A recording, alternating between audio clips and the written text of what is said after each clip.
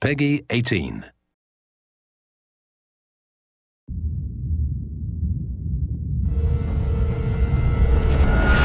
Hey everybody, Zachary Levi here in the heart of London's famous West End.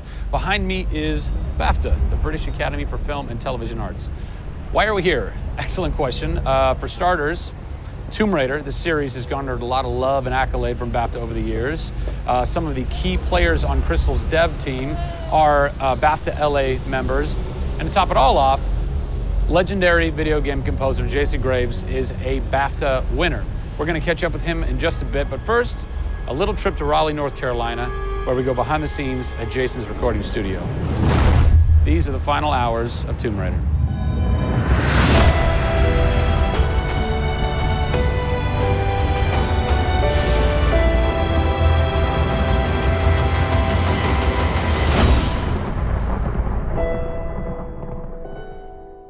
First thing we did was the theme. There have been many composers in the games or the films, but they've always used the original theme. They said, we want to start with a clean slate, new theme. I did it on piano, very simple. I was really scared just to send it because I'm like, I don't know, I think this really works, I think I like it. We ended up taking that exact theme. The first demo I sent was on the first trailer. That exact same arrangement.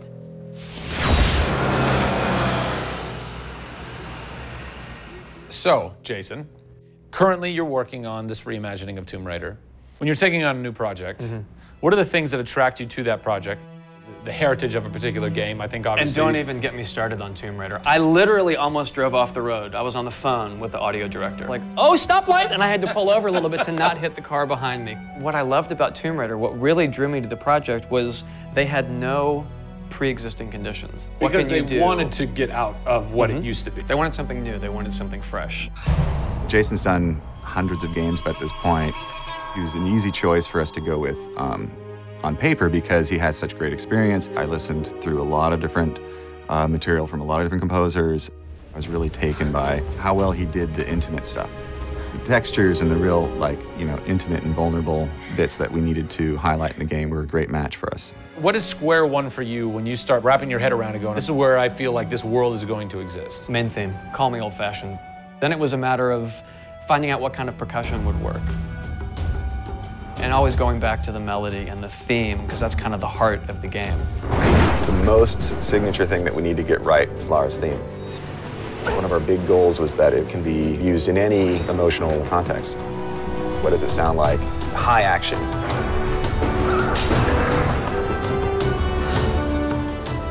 What does it sound like when she's in pain?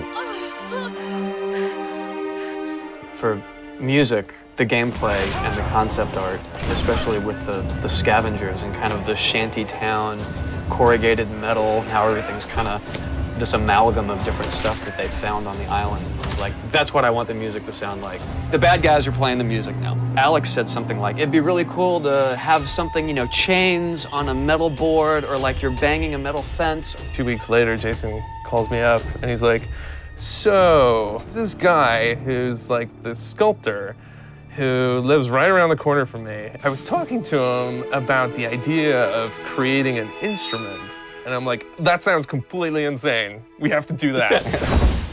Tackling the score to one of the most iconic franchises in the world brought a unique challenge. How best to capture the emotional timbre of the characters and island in music? People, I give you the instrument.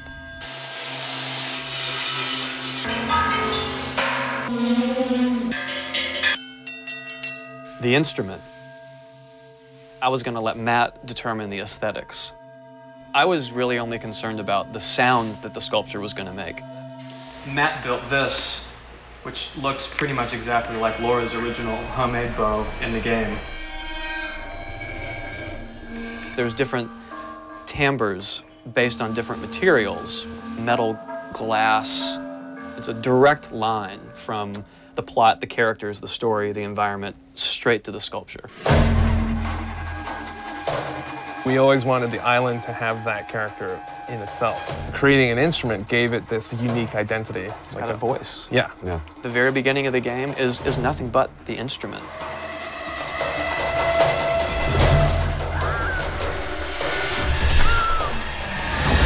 Who do you look at in video games or in film that you go, what they've done has shaped who I am and what I do for a living? They're all dead, unfortunately. What? Yeah, I know. It's classical composers. All classical? Yeah, I'm kind of going directly back to the source. Yeah. Prokofiev's, Tchaikovsky.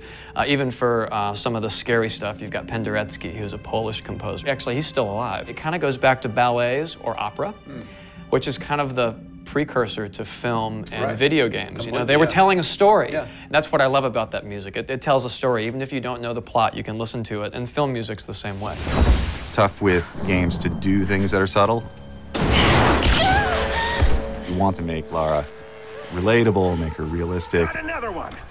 She went down over there. Tell her story from the beginning and show how she became the superhero she becomes. One of the first things that I ask any developer is the emotion. Because to me, that's the biggest thing that music can do in a tenth of a second. The music just, it nails the emotion. Wow, that was amazing, huh? I personally don't think I've ever sounded so good in an interview before, although Jason, Jack, and Alex are audio savants, so that would make perfect sense. I cannot wait to jump into this game, not just for the amazing action, but the emotion and mood and tone that they're going to set with their incredible skill. Tune in next time for a special secret announcement that is going to change the way you play Tomb Raider forever. See you soon.